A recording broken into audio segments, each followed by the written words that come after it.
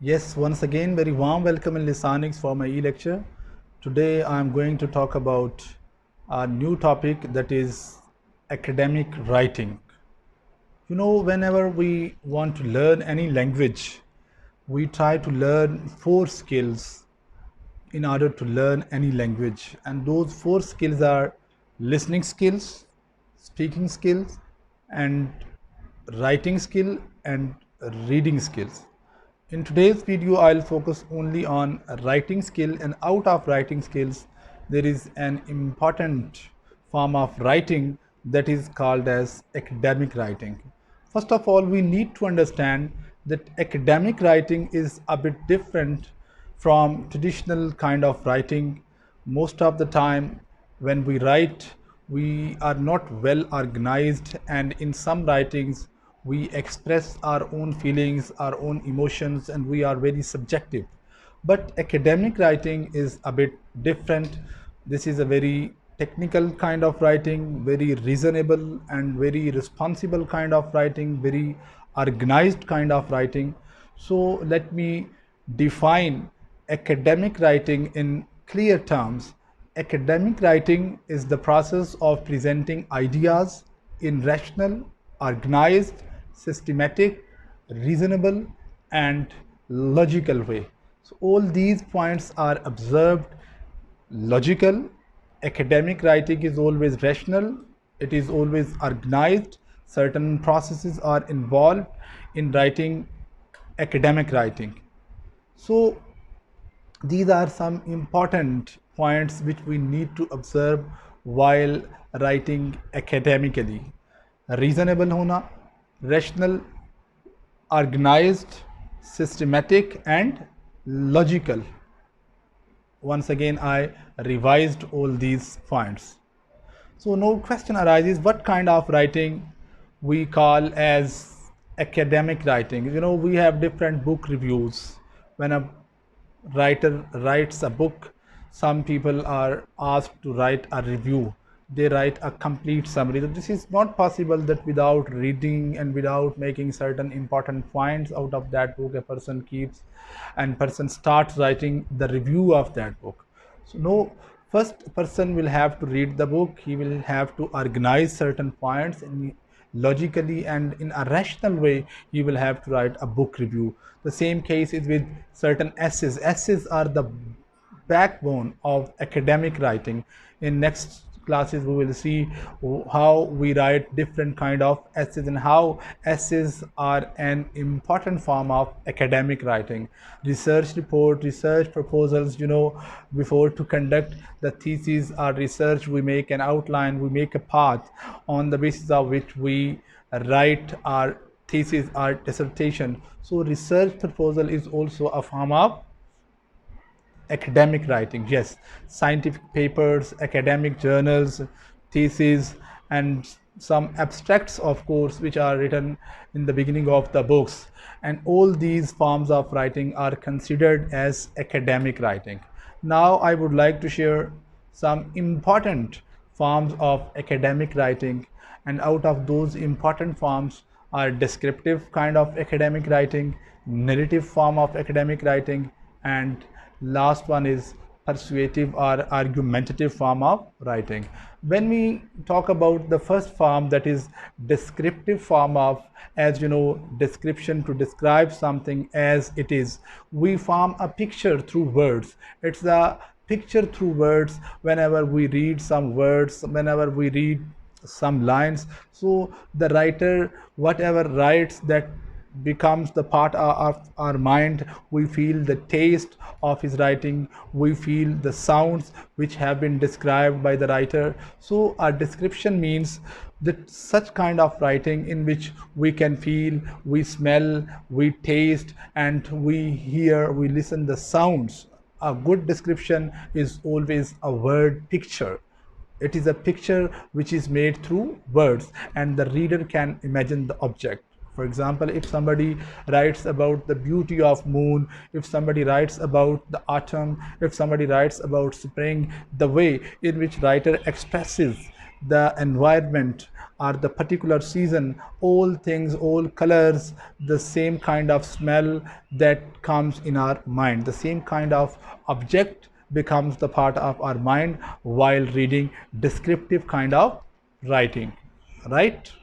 Next form is narration. Whenever you listen the word narration, that means to describe or to write something in chronological order, step by step. Historical development is kept in mind while writing narrative writing. We tell a story in the form of narration, how something or somebody did something, or how certain events have taken place with the passage of time. We use time order in order to organize sentences in narrative or in narrative kind of writing or narrative kind of academic writing. Yes. And the last one is argumentative. This is an important form of argumentative, sorry, academic writing. Persuasive. What we do when we want to persuade something, why we make certain arguments. Of course, we want to convince another person. We make a statement, we make a point of view, and when we want to convince the reader that the reader must have the same kind of view that we have, so in order to convince the reader, we write argumentative kind of academic writing. We want, in fact, readers to believe in writer's opinion or views through appealing reasons. We make certain logical statements in order to convince other readers. So there are certain, now let me share certain features, certain characteristics of academic writing. First of all, as I told you, academic writing is a bit different from traditional kind of writing. As when we talk about poetry, as Wordsworth says, that spontaneous overflow of powerful feelings and imagination recollected in tranquility. So academic writing is not something like this. This is not the spontaneous overflow. You will have to go through a certain process, you will have to follow certain steps. Only in that case you will be able to produce academic kind of writing. As I have already mentioned, what are different writings that we considered as academic ones.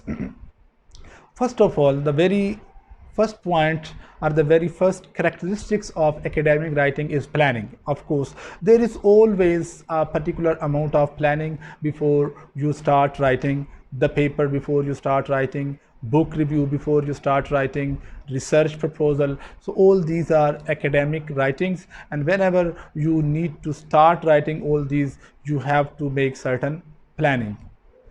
The second one is outline. For example, when you make a plan and on the basis of that plan you write certain main points, sub and further sub points, subheadings, and then sub parts of all those things. So you formulate certain thoughts and then you try to establish certain relationships, main heading and certain subheadings under that main heading in order to establish the relationship between the two concepts. So this is how we make an academic writing. Yes. And other feature of academic writing is tone. So in other writings your tone is not as important. Sometimes you become informal, sometimes you become subjective, sometimes you are in anger, and that kind of behavior is reflected in your writing. But in academic writing you have to keep yourself free from all these kind of external emotions. So your tone must be very formal tone. You do not use certain slang words and certain jargons and cliches and colloquial expressions. Let me give you what are these. These are in almost, when we talk about jargon, slangs, cliches, and colloquial expression, all these are informal kind of use of language. So one by one, let me explain colloquial expressions which are very common in spoken languages, which are conversational expressions, informal kind. Sometimes, as you know, in order to describe the beauty of something, we say cute. And another word, like we say, have you understood? Another person can respond, yeah, I have understood. The word yeah is informal kind of expression. This is colloquial expression. This is the conversational expression. So conversational language is a bit different from written language. So in academic writing, we have to avoid using colloquial expression or conversational expressions, right? Another word, jargon means those words which belong to a specific kind of field, specific kind of technical domains. For example, when we talk about different varieties and some words belong to specific profession, a judge will use a different kind of word, order. It's a different kind of meaning in the court, and in the same way liar has got different kind of language. So depending upon the profession, certain vocabulary changes occur. So in academic writing, we are supposed to avoid that kind of vocabulary which is specified to only certain specific professions, right? In specific techniques. Slang, yes, this is an informal kind of vocabulary. There are some words which are considered quite informal and impolite in our society. For example, how was the party? Somebody says that was a cool party. So cool party, this is an informal kind of expression. Slang, these kind of words we can use in the company of our peers in age groups, but these kind of words are not used in academic writing. As I told you, these kind of words have number of expressions, and these kind of expressions leave certain ambiguities. So ambiguous words, meanings which convey number of meanings, words which have double shades of meaning, triple shades of meaning. So an academic writer always avoids using these kind of slangs. Cliches, sometimes we have in our society such expressions, such phrases which are repeatedly used by the society,